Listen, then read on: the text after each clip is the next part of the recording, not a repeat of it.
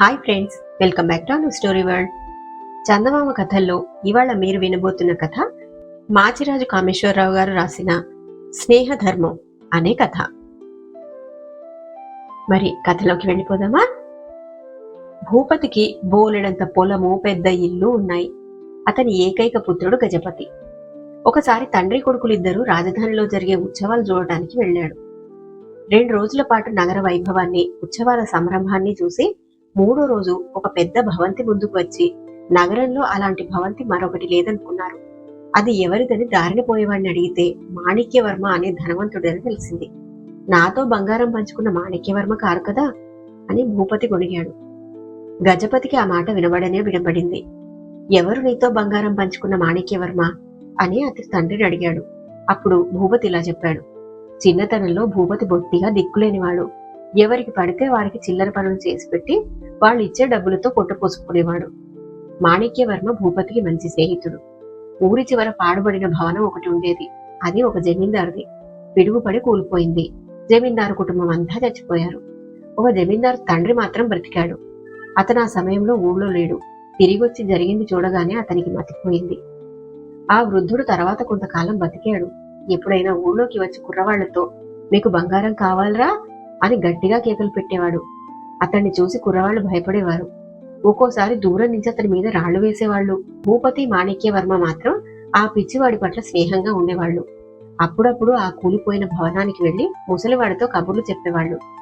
ఒకరోజు వాళ్ళు వెళ్లేసరికి ముసలివాడు చావు బతుకుల్లో ఉన్నాడు. ఇద్దరూ ఇంత నీరు తెచ్చి అతని గొంతులో పోశారు. ముసలివాడు గుటకలు వేసి, పిల్లలు, పెరట్లో వేప చెట్టు మొదట్లో బంగారం ఉంది, తవ్వి తీసుకోండి అని ప్రాణం వదిలాడు. కొద్ది రోజులు గడవనిచ్చి భూపతి, మాణిక్యవర్మ చెట్టు మొదట్లో కాస్తాగా తవ్వసాగారు. 10 రోజులు తవ్వాక పాతకాలపు పెట్టె కనబడింది. దాని నిండా బంగారు నగలున్నాయి. వాటిని స్నేహితులిద్దరూ సమంగా పంచుకున్నారు. తన వంతు బంగారంతో మాణిక్యవర్మ నగరంలో వ్యాపారం చేయ నిశ్చయించాడు. భూపతి పల్లె ప్రాంతానికి పోయి భూములు కొని భూస్వామిగా బతకాలని నిశ్చయించాడు. స్నేహితులిద్దరూ విడిపోయి తిరిగి కలుసుకోలేదు. తాము చూసిన ఇల్లు ఆ మాణిక్యవర్మదేనని త్వరగానే తెలిసిపోయింది. మాణిక్యవర్మ భూపతిని చూసి గుర్తుపట్టి నౌకరును పంపి లోపలికి పిలిపించాడు.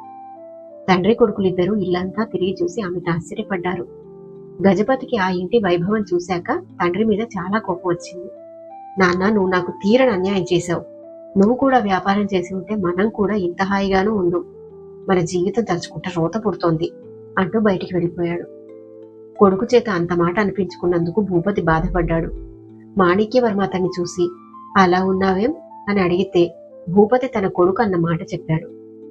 తెలియని తనం, నువ్వేం బాధపడకు అని మాణిక్యవర్మ భూపతి భోజనం పెట్టించి విశ్రాంతి సదుపాయం చేశాడు. కొద్దిసేపటికి గజపతి ఎర్రబడిన కాళ్లతో, చెరిగిన జుట్టుతో ఇంటికి తిరిగి వచ్చాడు. మాణిక్యవర్మ అతన్ని కూడా భోజనానికి కూర్చోబెట్టి అలా ఉన్నావేమని అడిగాడు. మా నాన్న నాకు తీరని అన్యాయం చేశాడు. మీతో పాటే ఆయన కూడా నగరంలో వ్యాపారం చేసి ఉంటే మేము కూడా మీలాగే హాయిగా ఉండేవాళ్ళం అన్నాడు గజపతి. మాణిక్యవర్మ నవ్వి, అలా ఎన్నటికీ అనుకోకు. మీ నాన్న చేసిన నిర్ణయం ముందు చూపుతో కూడింది. వ్యాపారం అంటే జూదం. ఓడలు బళ్ళు కావచ్చు, బళ్ళు ఓడలు కావచ్చు. నా వంతు బంగారంతో మా అన్నను కూడా వ్యాపారం చేయమన్నాను. కానీ అతనికి ఇష్టం లేకపోయింది. నా దగ్గర ఉన్న బంగారంలో సగం తీసుకుని ఓడ వ్యాపారం సాగించాడు. నడి సముద్రంలో ఓడ మునిగి సరుకంతా పోయింది. నా దగ్గర మరికొంత బంగారం తీసుకుని కలప వ్యాపారము సాగించాడు. అగ్ని ప్రమాదంలో అతని కలపంతా కాలి బూడిదైపోయింది. నేను చేసిన వ్యాపారం బాగా కలిసొచ్చింది. వ్యవసాయం అలా కాదు. వ్యాపారానికి స్వయం కృషి కన్నా అదృష్టం కలిసి రావడం ముఖ్యం. ఇవాళ కుబేరుడుగా ఉన్నవాడు రేపు బికారి కావచ్చు. వ్యాపారం చేసేవాడికి చింత తప్ప సంసార సుఖం కూడా ఉండదు. నీ జీవితంలో ఎలాంటి సమస్యలు లేవంటే అది మీ నాన్న చలవే అన్నాడు. గజపతికి కనువిప్పి కలిగింది. అతడు తన అజ్ఞానానికి ఎంతగానో సిగ్గుపడ్డాడు. మర్నాడు భూపతి మాణిక్యవర్మతో, నువ్వు మా వాడికి మీ అన్న గురించి చెప్పావట కదా, ఎవరా అన్నయ్య, నేనెన్నడూ ఎరగనే అన్నాడు.